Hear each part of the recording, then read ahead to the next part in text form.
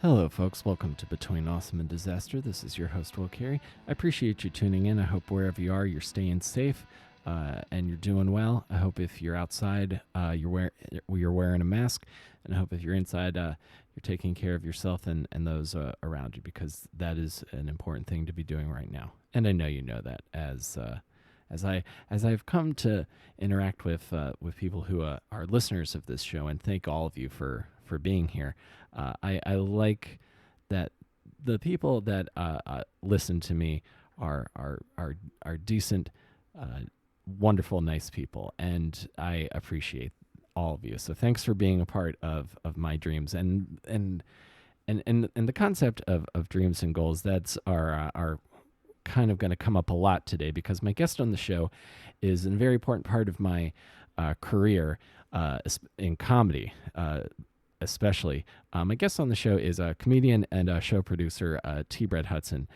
T Brad Hudson, I met when I first started doing stand-up comedy in October of 2007. His show that he used to run was called Drink Till We're Funny. It was a booked open mic that had a paid headliner spot. And the first time I ever went up and did stand-up comedy was at his show, when it was at Damon's Bar and Grill in Hunt Valley, Maryland, in Baltimore County.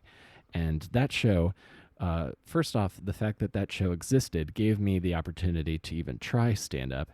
And because of that initial great experience, that kind of steered a big path for like easily the last 13 years of my life. Because if it's 2020 now, this coming October will be my 13th year as a comedian. And without doing that, I don't know if I would have ever moved to New York City. I don't know. I certainly would never have started a podcast. Everything that I have that I've now, and all of the experiences I've had, the good ones, the bad ones, and some of the most fun times, I can trace back to starting stand-up comedy. So, and T Brad's show is the reason I did that. So we're going to talk a lot about that, as well as his path that led him through Baltimore to where he's at currently, and where he thinks he wants to go from here. So this is a chat with someone that I've known for a long time, who's a dear friend, and someone who's gave me a stage and a place to find something to express my creativity. And I'll always be grateful for that. If you enjoy this, and you think you know someone else who might want to listen to this show as well, we're available wherever you get your podcasts, and I have a lot of different interviews with a lot of different cool people. And I appreciate you guys being here, and I'll talk to you guys at the end of this. But let's get to my chat with T Brad Hudson.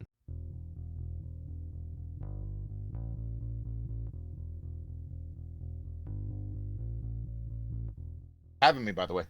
Oh no, dude, absolutely. I'm sorry it took so long, because when I think of, this show is part of what I do on this show is, like, I connect with people that are important to my development and growth as a human being. And I don't think I would be doing stand-up comedy if you did not host a great show in the Baltimore area for a number of years.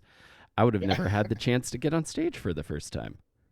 Well, I'll take credit for that, but I always give you guys the time and talent credit, because that was all you guys. But I just gave you a spot to perform, and I loved it. I did that for just shy of 10 years. Yeah, exactly. Which is, and this has come up a lot with some, because I've been reaching out to more of the Baltimore people. I think there's a lot more places to get stage time now in 20, or at least there was in like 2019, 2018. But when I started, and I guess like me and Tommy Zimbazo, and then later Mike Finazzo, Brian Preston, like all of my friends that I made when I started doing stand-up, the only real open mic in the Baltimore area, unless you wanted to go down closer to DC, was yours. Yes, that's true. That was When when I opened or started Drink Till We're Funny, Andrew might correct me on this. I don't think Magooby's was open just yet. They were I think it was Comedy at the Bowman, or it might have been Magooby's. Even at the time, I don't remember. mm-hmm. But he hadn't started his open mic yet, and then there was just the Factory, and they weren't really doing a real open mic. so to speak. And then there was Winchester's, which I can't also remember if that had closed by then or not. But when I was, just looking for a place to run some material, there was nothing I could get on, and I'm like, I'm going to start my own thing, and that's what I did. Uh-huh. And a lot of comics do that. I'm not some pioneer. I know Mike, I believe, started with Sidebar out of an effort of looking for time and things like that. But yeah, and then sooner or later, Dave Schofer rolled around, and he hung out with me, and I kind of gave him the ins and outs of just how I ran my show, and then I think he opened up 35, 40 rooms. Uh-huh. Yeah, I haven't talked to Dave in a long time, but he would always have me on, and I always had it. And you were also I think you were like the first guy to ever give me like a long set. I think the first time I ever co-headline was maybe me and Eli Sayers, if Yeah, memory that sounds serves about right. if memory serves me correctly. And then later on, like the first like headlining set I ever did was when the show moved to High Tops. Okay. I would come and headline when I would come home for the holidays. Right. You and once Drew Landry left, he did that too. When he come back from L.A., I'd always put him up over the holidays. Uh huh. Yeah. Well, that room was such a great spot, and I feel like that room readied me to be a comic in New York City because, like doing jokes at a sports bar is an uphill battle, and especially listeners if you are in Baltimore, and T Brad's show was on Sundays, so if the Ravens had a home game. Or I think we followed the Super Bowl one year. Yeah, That yeah, was a we did shit. that indeed. Uh, it's fun to talk about now, but I don't know if I would want to do it again. Well, if there was one thing like I learned from that, I started paying attention to the Ravens schedules, and I would actually cancel shows after that. And one year I had Dom Jameson up, and he's an Emmy award-winning comic out of New York. Hmm. He was my first really, like, in my mind, my big out-of-town headliner at Drink to We're Funny at Damon's. Uh huh. And I wasn't paying attention to the dates, but it was Easter Sunday. So Yeah, it was yeah. me and Don Jameson and about six comics and four people in the bar. Everybody was celebrating Easter all day, and we just kind of sat around and shot the shit and called it a night. Uh huh. Oh yeah, no, totally. Like kind of stuff that you don't think about when you're just a comic, like working on because you want to just know that the jokes work. But then when you get into like producing, and then you become an event planner suddenly, and you're doing logistics and customer service and security, like you're doing all of that Yeah, all, stuff. all at once. Yeah. Yeah. So Drink to We're Funny that ran for nearly 10 years. Yeah. Yeah, yeah. I don't remember the specific date that I retired it. I want to say it was in 2017, I think January-ish. I was just shy of 10 years, but we did manage to kick out 535 shows over that time, which I'm real proud of it. It was a milestone for me when we hit 500. That's a quick run for an open mic bar show. Um, and yeah, I was proud of that show, and I do miss it a lot. It got to the point at the end where the crowds were we wore the crowd out, our regular crowd, um, and new crowds were not really rolling out either. I don't change of plans on Sunday nights or whatever happened. Sure. But the bar and I just mutually agreed to like call it a show. Uh huh. And I officially, kind of just retired. We went out with a bang. It was a good time. Nice. Yeah, the scene kind That of. that was the last show. I don't remember if you ever heard the story, but that was the last show. I don't know if you and Mike talked about it. I heard most of your podcast with him. But the last show, Mike Finazzo, I believe, was headlining, and this is a really funny story. Can I tell the story? It's not real long. Of course. Go right Uh, ahead. uh, Mike was headlining, and I'm sitting in the back, and it wasn't the final show where all the comics showed up, but one of my last headline shows. Mike was headlining, and I'm sitting in the back of the room, and a guy taps me on the shoulder. He's wearing like a hoodie and a baseball cap, a black guy, and he said, "Hey man, do you think I can get some time?" And I looked up at him briefly, and I said, "No man, I'm sorry, my headliner's up, and it's just poor etiquette for me as the showrunner to put somebody on after the headliner." And I said, "But I tell you what, give me your name, and I'll add you to my email list, and I'll invite you up next week." And he's like, "I'm Hannibal Buress." And I turned and looked at him again, and I did a double take, and I'm like, "Holy shit, you're Hannibal Buress." He's like, "Yep, that's me." And he's like, I'm just in town and I heard you had a good show here and I just stopped by for some time. And then I immediately got up off my butt and I was so rude to Mike. I apologize profusely to him. I just walked up to the side stage area where you know about that. Uh-huh. And Yeah, yeah. I was signaling Mike because Mike was close to wrapping up, and I was Sure, kind of giving sure. Mike the wrap it up sign, and he didn't know. He was like, what the fuck, dude? Why are you pulling me off the stage? Right. And he comes off of. I'm like, Mike, I'm so sorry. I can't. I hate that I'm doing this here, but Hannibal Buress is back there, and he wants to do a little time. And Mike's like, holy shit, you mean I just ate a dick in front of Hannibal Buress? And he was just riffing. He wasn't eating a dick, but Uh-huh. he was just like riffing. Wasn't doing it. It wasn't a huge crowd. Sure, sure. But God Almighty, if Hannibal Buress didn't stroll in to High Tops on a Sunday night, that was just. And I felt like such a dick. I didn't recognize him. He had on the hat and the hoodie, and I was like, Yeah, I just yeah. thought it was another comic. And yeah, so that's one of the funniest end of shows stories that I have. And a lot of people got pictures with him, and it was really funny. Oh, that's spectacular. I love that story. Like, cause you think like, you think once you're on TV or something, like you have ideas of like things that happen, like, and then you're like good Yeah. for comedy, and then and I'm not clowning on you. I just think it's Oh, funny. Oh no, please clown on me. Like I 1,000,000% deserve it. Like I just asked Hannibal Buress if I could have his email address so I could sign him up for an open mic. I just foot in my mouth, just shroud of embarrassment. Uh-huh. And I mean, nobody's really still talking about it, but personally, I'll never live it down with myself. But I just didn't recognize the guy, and I was like, and the minute he said Hannibal Buress, I'm like, oh shit. Exactly. Well, because you're not Yeah. you're not expecting like comics that you like and have seen on TV to just stroll in random. Like that's something you figured like you'd know they're coming or something like that. Right. I've had that experience before in New York. That's hysterical. Well, and something akin to what you were saying, like I've had like comics that like tour the country and like in headline nationally, and there's like bar shows in Los Angeles that they can't get on. I figure it like once you perform on David Letterman, you could probably do any random bar show in Los Angeles. Not the case, which is Yeah. part of my Unless first. back in his heyday, you were Dane Cook and you did 7 hours at the Comedy Store. That was ridiculous. Oh But yeah, yeah, no. I to your point, you're very correct. And again, you do, if you're Hannibal Buress, you've been in movies very recently, and I think at the time he was just in Daddy's Home. And yeah, just to walk into a bar show and just have somebody be like, I don't have time for you, sir. What kind of idiot? right. So over 500 shows. I'm curious, and this is something I think about as well because I produced a show for 2 years and have my own frustrations with it.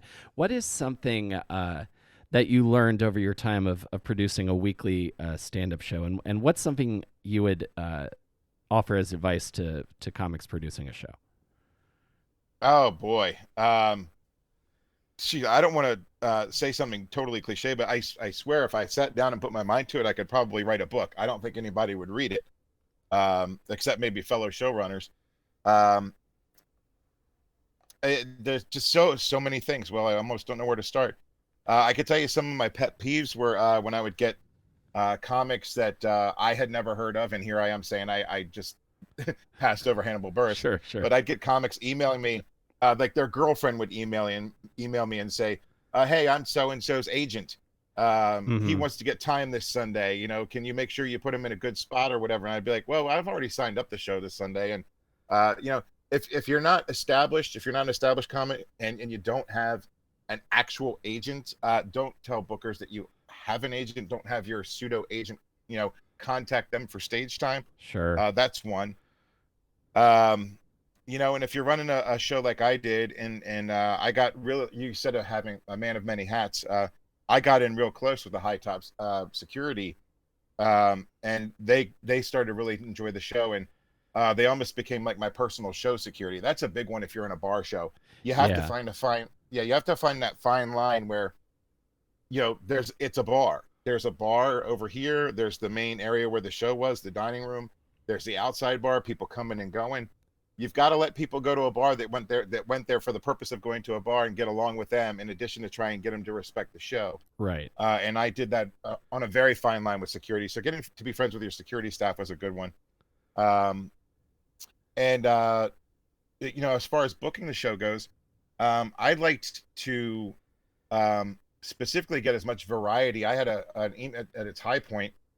I had an email sign up list with 350 names on it from Baltimore and DC Mm-hmm. that I emailed the sign up list to every week. And, I'd get some weeks 40, 50 replies of people looking for time. And I just tried to make the show as diverse as possible, just to get different voices on stage, women, black comics, white comics, whoever else I felt, I could plug in.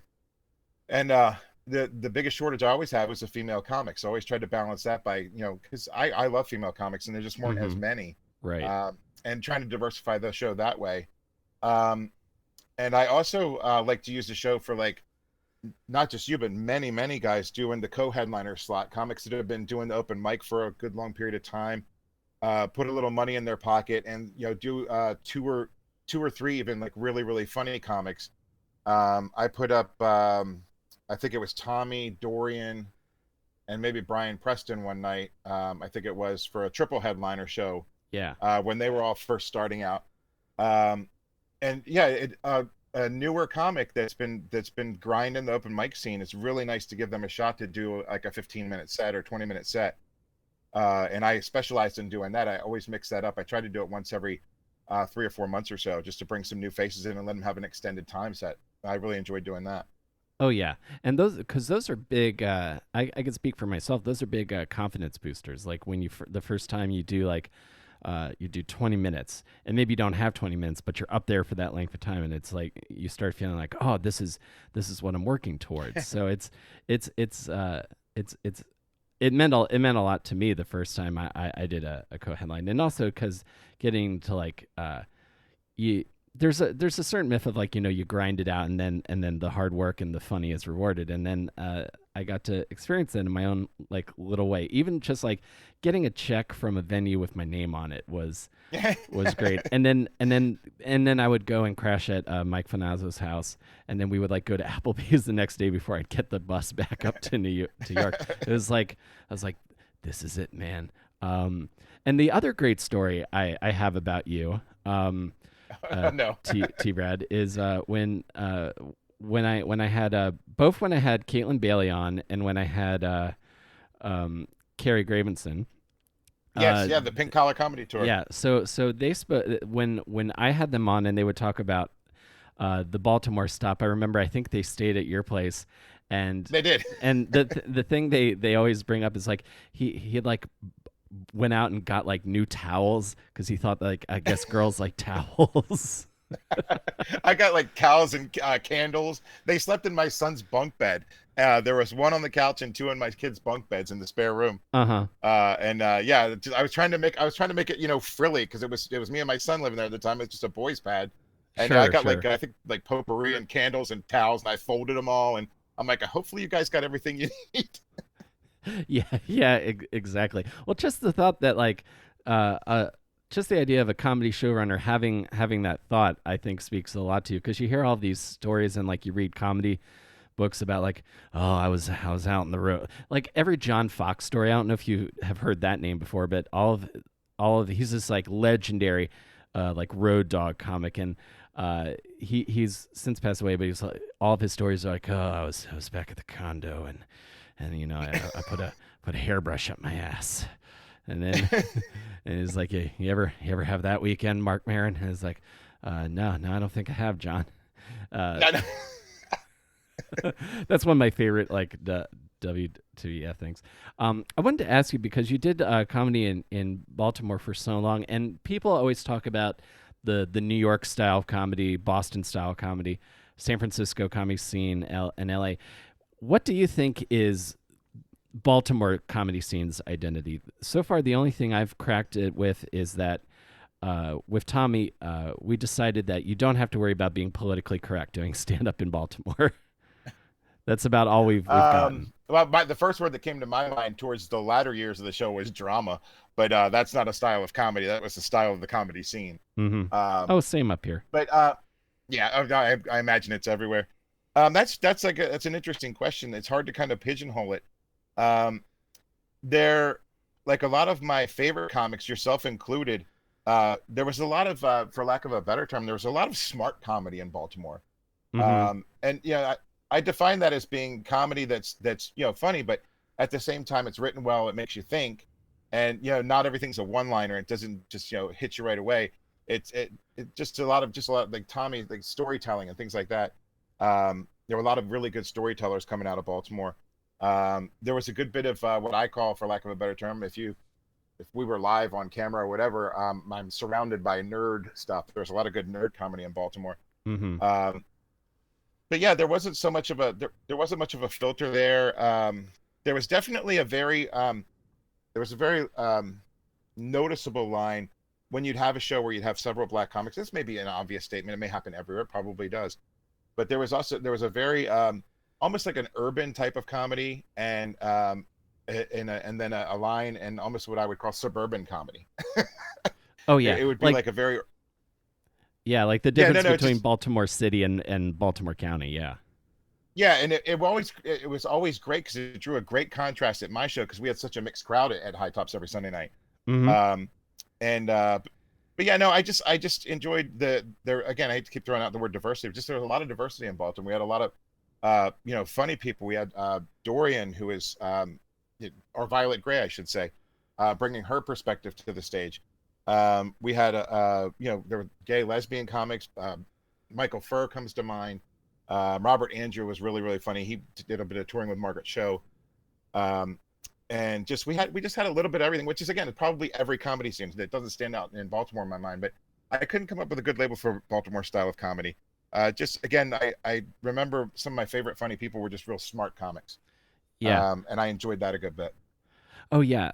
And to your point, like there was a real kind of like each every kind there was like a little microcosm of each kind of style at the time. Like you had like people like me who was doing I would do like the like slower, more like observational kind of absurd Right, thing, and then you have like your more traditional like club acts would come through, and like I remember just I I never had I never ever felt like out of place when I was with stand-ups in Baltimore. Everyone was like, even somebody who was drastically different from me. There's always that sort of like mutual respect of the kill of the good set, you know. And I right. really I really dug that about my time in Baltimore. Are you from Maryland originally? I realize I've known you for I close to a decade, but I don't know too much about you. No, no, I am indeed. Yeah, I was well, actually, I mean, I was born in Virginia, but moved to Baltimore at a very, very young age, and grew up and have always been there in Annapolis for a bit, but mostly, yeah, from Baltimore. And I live down south now in Myrtle Beach, and I wish to God I still lived in Baltimore. Uh huh. Oh, you're in North Carolina now. South Carolina, yeah, Oh, South Carolina. and Sorry. it is Trump country hell down here, and it's a bunch of, for lack of a better term, dumb rednecks.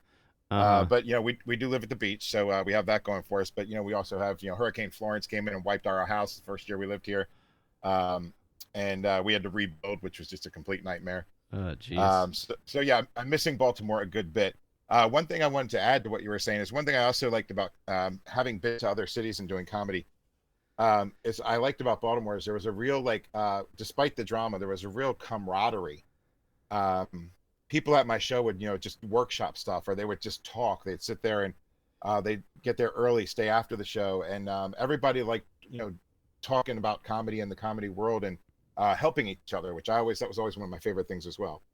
Oh yeah, absolutely. Because for me, it was it's reflective of a time like before, like there was no like show business in Baltimore. Like I don't think anyone Right. was doing stand up because uh, they were like, oh, I'm gonna get seen by industry tonight. Yeah. It was just about like getting up on stage, and I was just doing it because I remember I started when I was attending Towson University, and I was studying theater, and I knew I loved that, but I was feeling just kind of a little lost about what my thing was gonna be. Like, I was getting, I was doing shows, but I was never like the lead. I was always like supporting. So I was like, is this just gonna be the only thing I do? And I need something else. And I had gotten, I was in a band and had gotten burned out on working with other people who weren't reliable. I had a bad experience, and I was like, oh, what can I do that doesn't involve other people? Stand up comedy. So I was just Yeah, stand excited up, to find a thing. an island of yourself. That's what stand up is. Yeah, it's just not cutthroat. It wasn't cutthroat in Baltimore. And it's like you said, it's because there weren't people stepping on each other trying to be like a guest on Channel 2 News in the morning during the weather segment. It's just people weren't trying to step on each other. Everybody like was helping each other, and I enjoyed that too. I was also a performing arts major, my friend, so we can talk shit about doing stage if you want. I got plenty of that. I Oh, did Grease, Jesus Christ Superstar. oh, that's right. I remember this. Um, well, when I was in high school, my high school theater experience was great. I was in Crazy for You. I was Moose. I think because I was the only one who could pick up an upright bass and play it like it's a guitar. I was a I was Mr. Hassler in the Pajama Game, which was super fun because he's like the bad guy. So I never got to be a bad guy before, so that was really fun because everyone was like, "Oh, Will's so nice," and then they see me on stage, and I'm like, "I'm not gonna give you a 7.5 cent raise." So but I my, Jesus. my first. Go ahead. Oh, I was gonna say, who were you in Jesus Christ Superstar? Oh, I was a background actor in that one. I was going to tell you that my first leading role was I did Christopher Durang's Beyond Therapy, and I played Bruce in that one. Who was, if you're familiar with it, he was a bisexual man Uh huh. whose his life goal was to marry his sweetheart and have his lover Bob live above the garage so he could have the best of both worlds. And I was a young theater major at the time, and the director was happy to have me. There was a kissing scene where I had to kiss Bob, my fellow stage Uh huh. actor, uh, and she kept having us rerun the kissing scene over and over again because she knew we were both very uncomfortable with it. Sure. So that was my first leading role. She just kept sitting back there giggling. The director did, and I'm like, okay, can you stop it now? We've got this scene down. She's like, I didn't want to see it again, and yeah, she just over and over again. Nope, didn't like the blocking there. Do that again. And then she cast me in her next show as Roger in Grease, the mooning guy. Uh huh. And opening night, I had to moon my grandmother in the front row of the theater, which was a treat. Excellent. Those are good. Those are good. Like for first couple of show stories. And so when you Absolutely. were growing up in the Maryland area, was like theater and performance like of interest to you? Did you know that was what you were going to study, or did that come later? No, I played baseball all through my youth and through high school, and wanted to continue into college, but I got hit in the face with a fastball pretty well. It shattered my eye socket, and I stopped playing baseball after that. Really? Um, Yeah. and then I went to Maryland. And I went there to be I wanted to go into criminal justice, and I didn't like that, so I changed my major to English, and then I decided I wanted to write. And I was very good at writing. I still believe I am still good at writing. But then I transferred out of Maryland to UMBC because I decided I wanted to go into performing arts. And Xerxes Mehta at UMBC was a really well-known acting teacher, Mm-hmm. and I wanted to learn under him, which I did.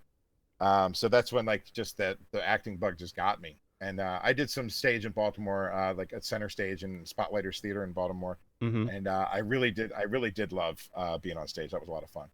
Oh yeah. And Like then just oh yeah. yeah, go ahead. Oh, I know exactly what you mean. Like the first time I remember, like the rush of getting on stage for the first time and having it go well. Like uh, especially because when you're doing theater, because you're in rehearsal for so long and leading up to the performance, it's incredible. It's for me, it was very intoxicating. Like I got that kind of like adrenaline rush that people talk about. That maybe they get it from other stuff or whatever they say in Point Break. Yeah. Chavavane. Um, Point Break. and that's what it was for me. And after that, I was like, I'm done. And that's kind of what I think I've done since then. Like the venue has maybe changed, but it's all kind of starts from that same place of getting on stage and doing theater for the first time. It all comes from that. And and then when did you start? Because you did stand up before you produce shows. When did you start doing stand up comedy? I did that. I don't want to bore you to death with this. When I stopped doing performing arts, like because I needed a job that paid money, Yep. not the little stipends they give you in theater. Um, I got into IT and I was working on Wall Street for a company called Deutsche Bank, where oddly enough, I think nowadays Donald Trump hides his money there. Um, but You worked and on then Wall they had Street? a big round of yeah, well, not in New York City, but a Wall Street firm, a live trading floor in Baltimore that Ah, that okay. executed on the New York Stock Exchange every day. Gotcha. So I worked on a live trading floor there every day. Um, and my job was to make sure the computers didn't go down with some really good friends, so the traders could do their job and not lose millions of dollars. Right. But then Deutsche Bank had the dot com boom happened, and then the bust happened. And Deutsche Bank was underwater with their spending, so they started just laying off and closing offices. And Baltimore was one of those offices. Mm-hmm. And they gave me a really nice severance package, like a full year salary. Um, and I didn't know what to do with myself, and I missed the stage. And a bunch of people were always like, "Oh man, you're really funny. You should try stand up." And I wandered down to Winchester's on Water Street, and I did a set down there one night. And I can't remember his name for the life of me, but there's a guy that kind of ran the show. I did 5 minutes, and he said, "Hey, have you done this before?" And I said, "No." He said, "You should keep doing it." And I was like, "Okay." So I just continued on from there. Uh-huh. And excuse me. And then I just got in my car, and I just drove everywhere to try and do shows to different cities, just because I had to do that with my severance package. And I learned a lot. I went up and down the coast and did as many open mics as I could find, and it was a real blast. And then I wanted to just work on material more, so that's when I got the idea to finally start Damon's and Drink to We're Funny. That's the first thing you said to me after the first time I did Damon's, by the way. Uh, What was that? you said that the guy came up to you and said, "Have you done this before? You should do this." Yeah.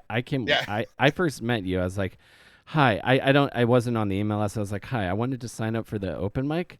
And I had like my list of like five like Mitch Hedberg style jokes, and then by fluke, because that's I don't like to say, "Oh, the first time I did stand up went so well," but I think it if memory serves, I got laughs, and then you were like, "Dude, you got to come back. I'll put you on the list." You so and that was a really important moment for me, dude. Well, I'm very happy about that, and like I'm glad that I kind of repeated that guy's words, because that's what gave me confidence to keep doing it. Because the guy, he'd been doing it. Winchester had been around for a long time, as far as I knew, and for the guy that ran the show there, I was like, wow, this guy's seen a lot of stuff, and he said, keep doing it. Okay, I'll keep doing it. Uh huh.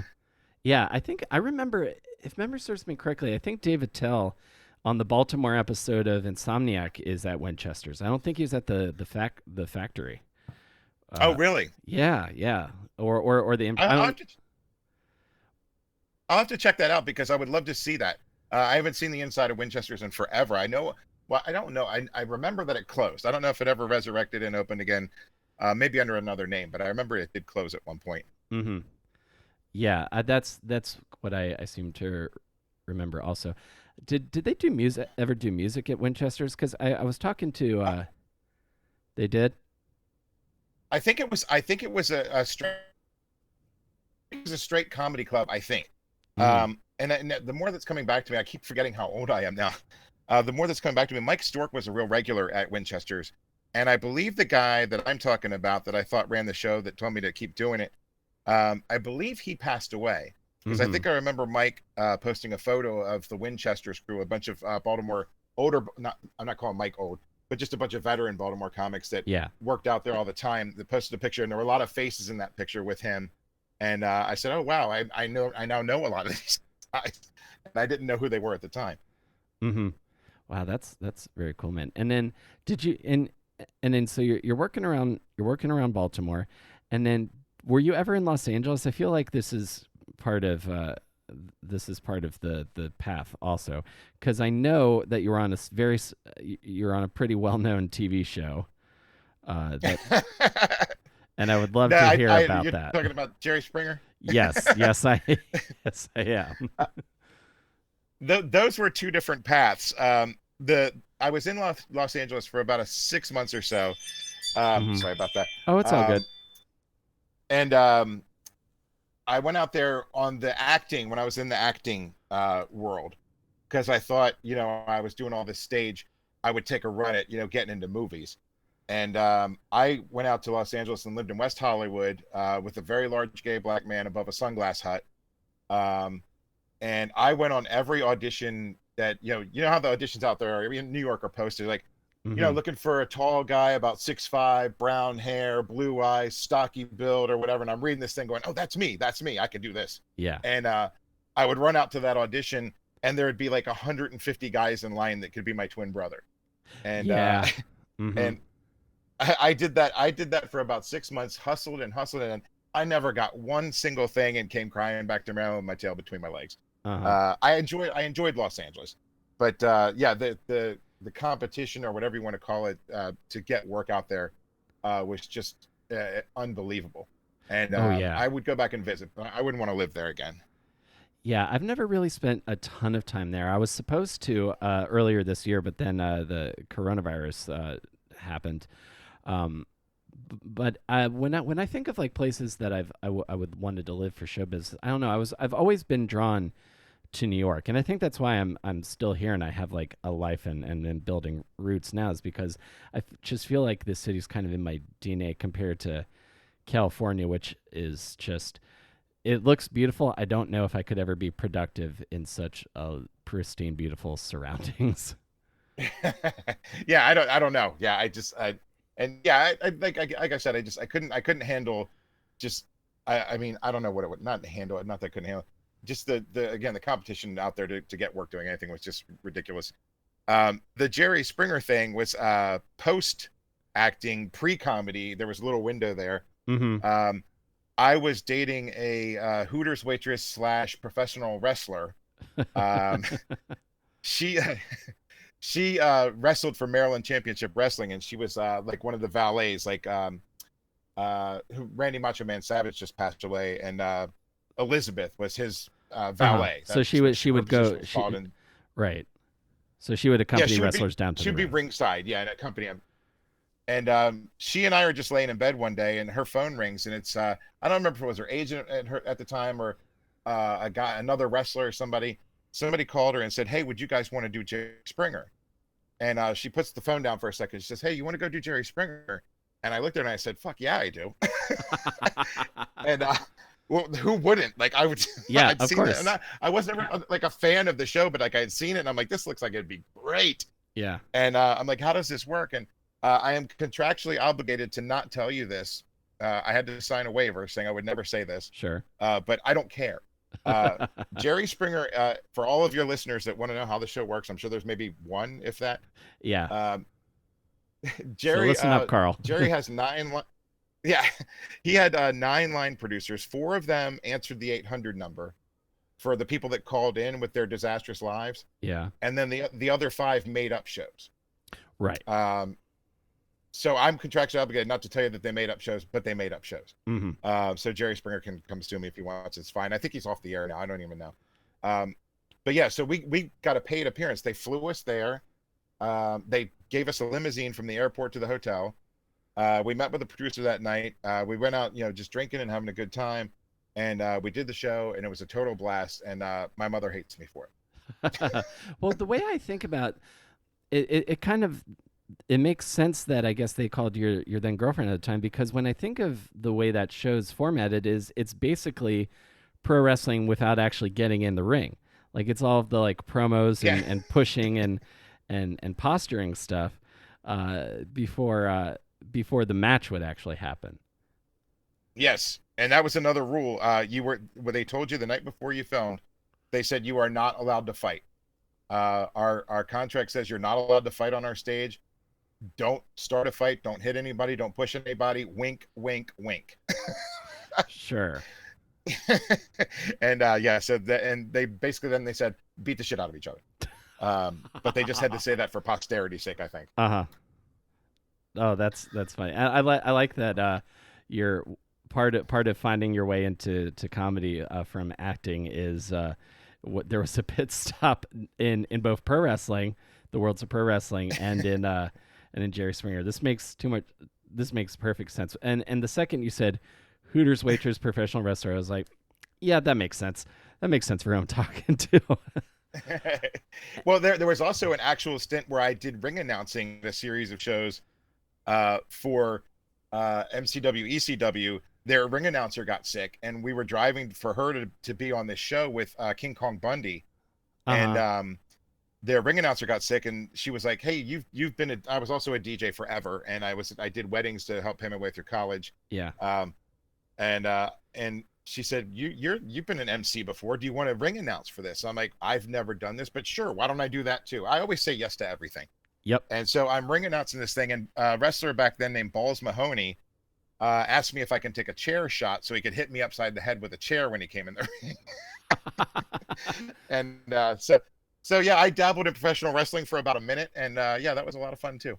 Yeah, the similarities between like the wrestlers, like up and coming wrestlers and stand-ups, is there. It's night and day. They're because we're not doing the physical part, but all of the same kind of things. Anytime, and I've seen like some indie wrestling documentaries, and like you see Mhm. like someone who's just like there's like the young up and comer and who just wants to get in the ring and have matches, and he gets the shittiest matches, and he gets shit on by the probably like on parole guy running the show.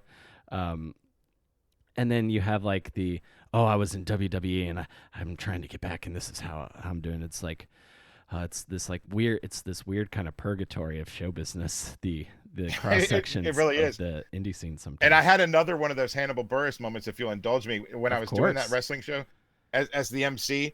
Um, I didn't follow wrestling at the time really, and I said, well, how do I introduce you guys? Well, she said, just go around and talk to them and find out how they want you to introduce them, and what they want you to say, where they're from or whatever.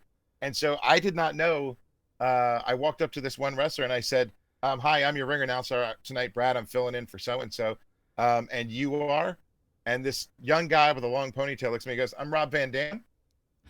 And I was like, "Okay." I was like, "Rob, do you go by anything?" He's like, "Yeah, RVD." I was like, "Excellent, excellent. And where are you from, Rob?" And he's looking at me like I have 10 heads. He's like, "How the fuck are you talking to me right now?" Sure, sure. I didn't know who Rob Van Dam was. I just, and then he lit a joint and he's like, "Hey, you want to go smoke this out in the car?" I'm like, "Okay." Yeah, and then all was forgiven. That's funny. So that was an ECW show. It was a combination of ECW and some of the WWE, like you said, the guys like that are off the main circuit trying to make it back in, Yeah, because there was like Simon Diamond, Rob Van Dam, um, Balls Mahoney, and King Kong Bundy there. So it was a combination of like the two worlds for like a separate promoter. It was a show down in Virginia Beach, and then it gets really boring from there. But we actually did go out to the Home Depot and buy tables so they could throw each other through tables in the ring that night. We actually went out in a truck and bought tables for them. So those that's tables are great. real. I can testify to that. Yes, they are real, and I don't know if you ended up taking the chair shot or not, but the chair shot is real too. They just Yeah, try to. yeah. Well, what he did is he pulls it at the last minute. He goes to whack you with it, stomps on the mat, and pulls it just enough so it makes a noise, and then pulls it. And then you do all the acting from there. You go down. Yeah, exactly. You fall down, and you're like, ah. Uh, Right. that's wild, man. And when you were, and then when you started moving into to stand up, like who were you a fan of? Like what were you like really what was like who were you a fan of when it came to stand up comics? Well, back in the time, and I'm going to be one of the first comics you probably talk to that'll say this. I was a Dane Cook fan. Uh huh. A lot of comics love to hate him, and the guy sold out arenas, and I really liked his stuff. And I understand there was a back and forth with him and Louis C.K. and whatnot, but I believe most of his material was original, and I was a big fan of his at the time. I was a huge fan of Mitch Hedberg and Stephen Lynch. Mm-hmm. Stephen Lynch singing comic, who I don't know what's happened. I haven't looked him up in a while, but he was doing Broadway for a while, Yeah, he doing the just put wedding out singer on a Broadway. yeah he just put out That's a new album. that, I think he lives in Michigan now, and it's yeah, great musically. It's not like as laugh out loud as like his older stuff, but it's very good. yeah. I'll have to check it out. I did not know he just released something. I'm a big fan of his catalog. Mm-hmm. Um, and yeah, so like at the time, and I've been an old school, I've always been a Carlin fan, and I love classic, Eddie Murphy, like Delirious and Raw. A lot of like the classic legendary comics I'm a big fan of as well. Richard But Pryor. when I first got into it, I was a Dane Cook fan. I even traveled to see him a couple of times, and I got to meet him at TD Bank North Garden up in Boston. And he sold that place out. It was a really great show.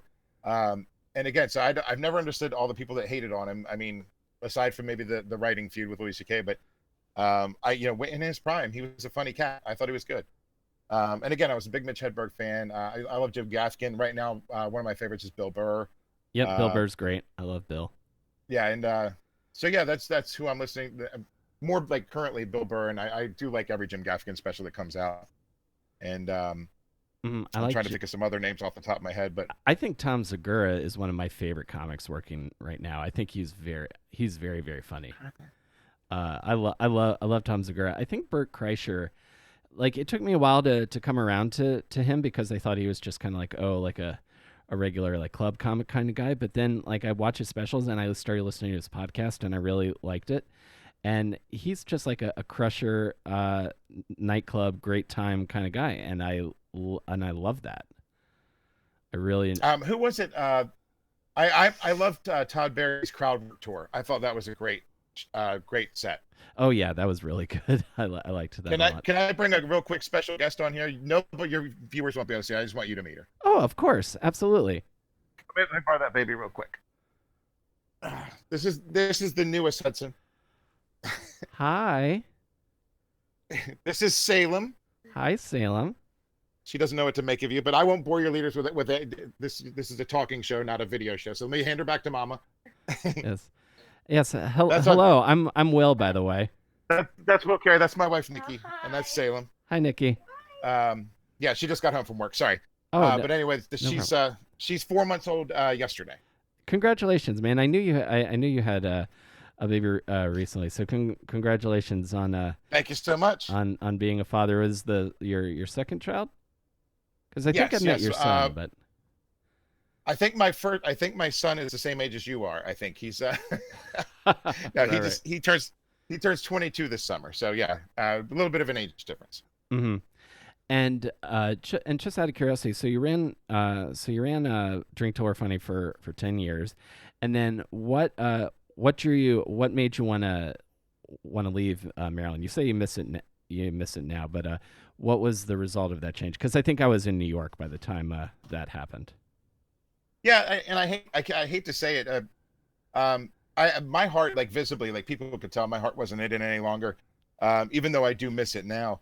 But the impetus to leave was my wife, now my now wife, my then girlfriend, her father passed away, and Mm-hmm. we were trying to figure out what we were just going to do with ourselves. And I convinced her to go back to school down here at Coast. She wanted to be in marine biology, something her dad wanted her to do, but could never afford to send her to school. Right. And when he passed away, she left her a little bit of money so she could go do that. And she got into Coastal Carolina, and we moved here so she could pursue that degree. Mm-hmm. And that was the impetus to move to South Carolina. And I was just up for, hey, let's go live at the beach and just take a break for a while. And yeah, to be honest with you, it's been a nightmare ever since we got here for the most part. We do live at the beach. We can go to the beach. That's a nice little thing. But like anything, uh, I might have lost you for a second. I think I lost you for a second there. What were you saying? okay. No, I was just saying we moved down here and it was just all the fun and the neato, shiny new, hey, we live at the beach now lifestyle, and it's still nice. It's just it's not something we both really enjoy anymore, and we're contemplating maybe relocating again. We're just not sure where. If I had Gotcha. my way with this son.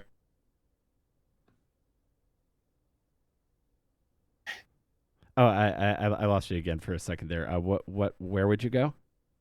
No, I joke around with her that with the heat down here, I'd be happy to move to Alaska, but I think Alaska gets to be about 90 degrees in the summertime now too with climate change. So I'm not sure where we'll go. I can't stand the humidity and the heat. It's just I miss snow. It's just awful. I miss being cold. Mm-hmm. You know what? If I can, if I let we can plan out the next phase of your life here, because um, I know I still I'm not sure how much comedy is still a part of your life. I imagine it still is to a great degree. So if we're thinking about where like, because I could see you being like a club owner. I could see that for you, or running a show somewhere at some point. What about a place like Colorado? Where Colorado? Yeah. Oh, I love Colorado. I love Denver. That would be something.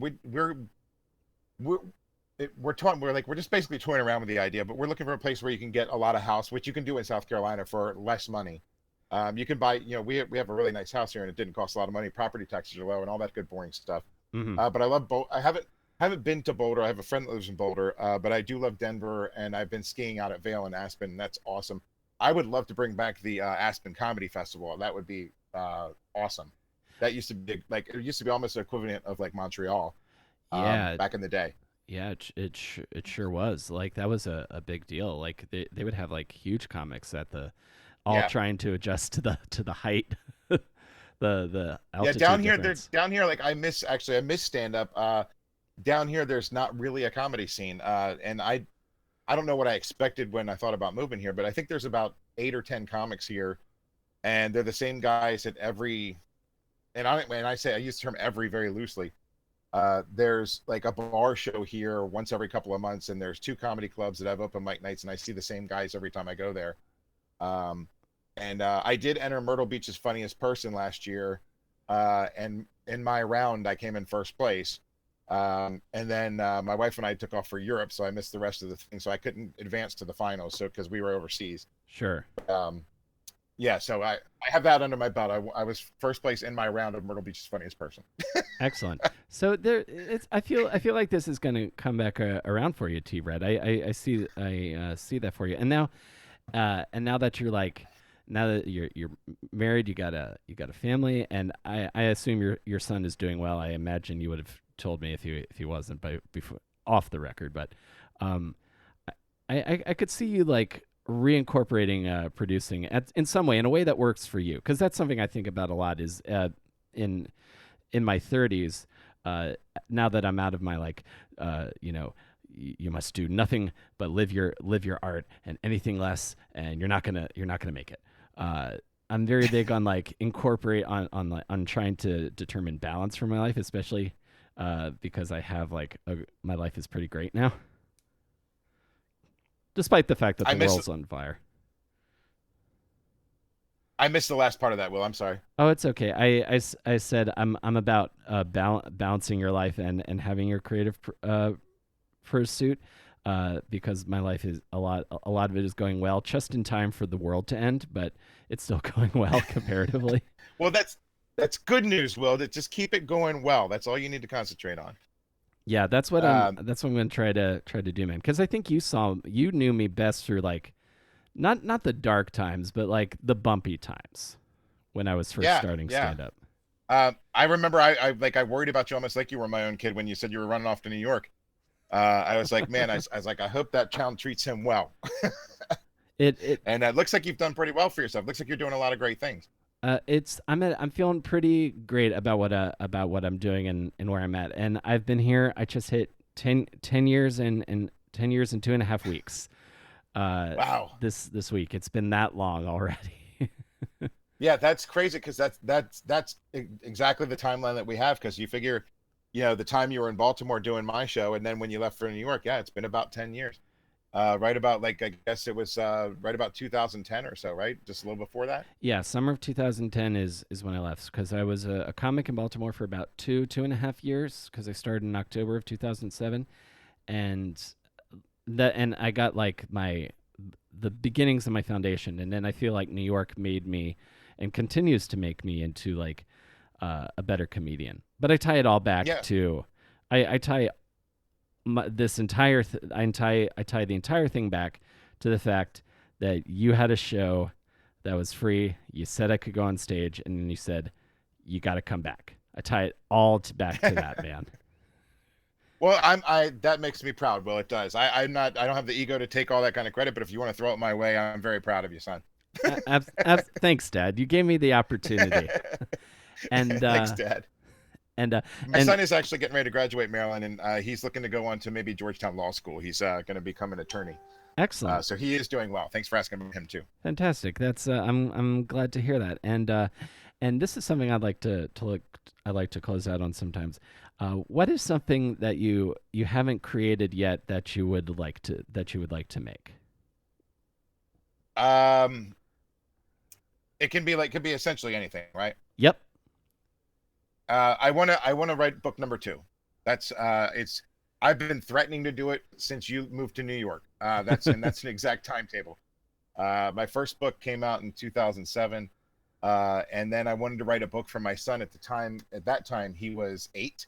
Mm-hmm. I wanted to write him a comedy, how to deal with life manual, with a lot of serious truth to it, but peppered with a lot of sarcasm and humor.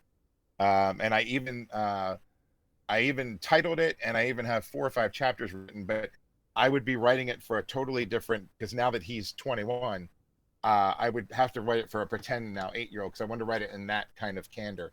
Yeah. It's called "There's No Such Thing as Cooties and Other Things Your Dad Thought You Should Know."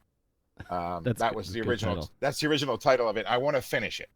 Maybe I might have to rework the whole thing if I go back to it, but I do want to complete book number 2. I was so proud when book number 1 came out. Yeah. Yeah, I have an ISBN number. My book's in the Library of Congress. When you get one of those, your book automatically goes in the Library of Congress. Doesn't matter what the fuck your book's about. Mm-hmm. You have an ISBN number, you're in the Library of Congress. And I will die one day, and my book will be in the library. My shitty book of advice and my best blogs ever will be in the Library of Congress. That will be my legacy. But I'd like to leave something better behind than that, and I do want to finish book number 2. Excellent. Well, man, that sounds great, and I think you're going to do it. And when you do it, I'd like to read it, man.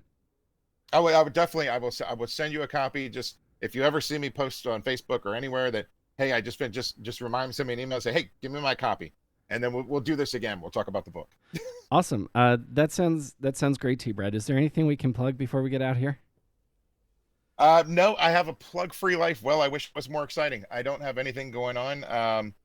Yeah, just other than I've got brand new baby, happy wife, happy life, and I'm going to continue with that for the time being and see what comes next. Awesome. Well, that's a great way to look at it, man. And thank you for talking to me. Thank you for giving me stage time for so many years, and I appreciate your time today, man. No trouble at all. Thanks for having me, Will, and hello to all your listeners, and thanks for listening. If you listen, you guys, thanks so much. I'll talk to you soon, Will. Awesome. Sounds good, T Brad. Talk to you soon. All right, bye.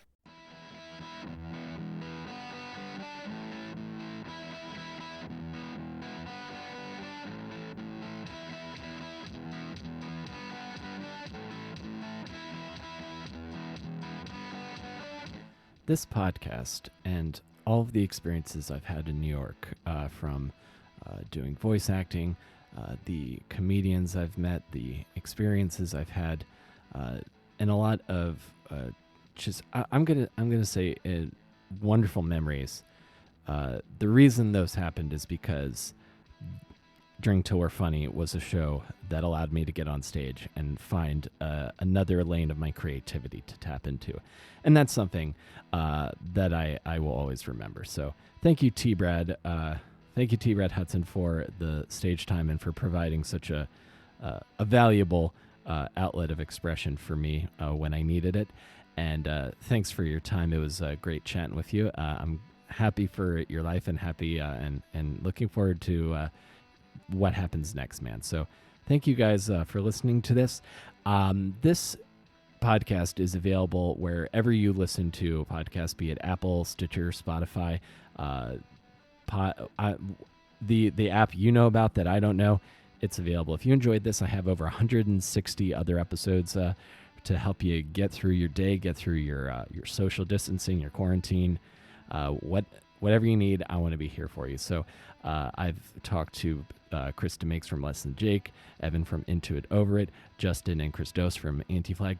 I've talked to lots of comedians and favorite bands of mine, and I hope if you want to take some time to listen to those, I would greatly appreciate it. And I also figured out an issue with my RSS feed, and now you can go back and listen to like the very first episodes I ever did. You can hear interviews I did with Alexis Guerreros and Christian Polanco from the Cooligans before their podcast took off.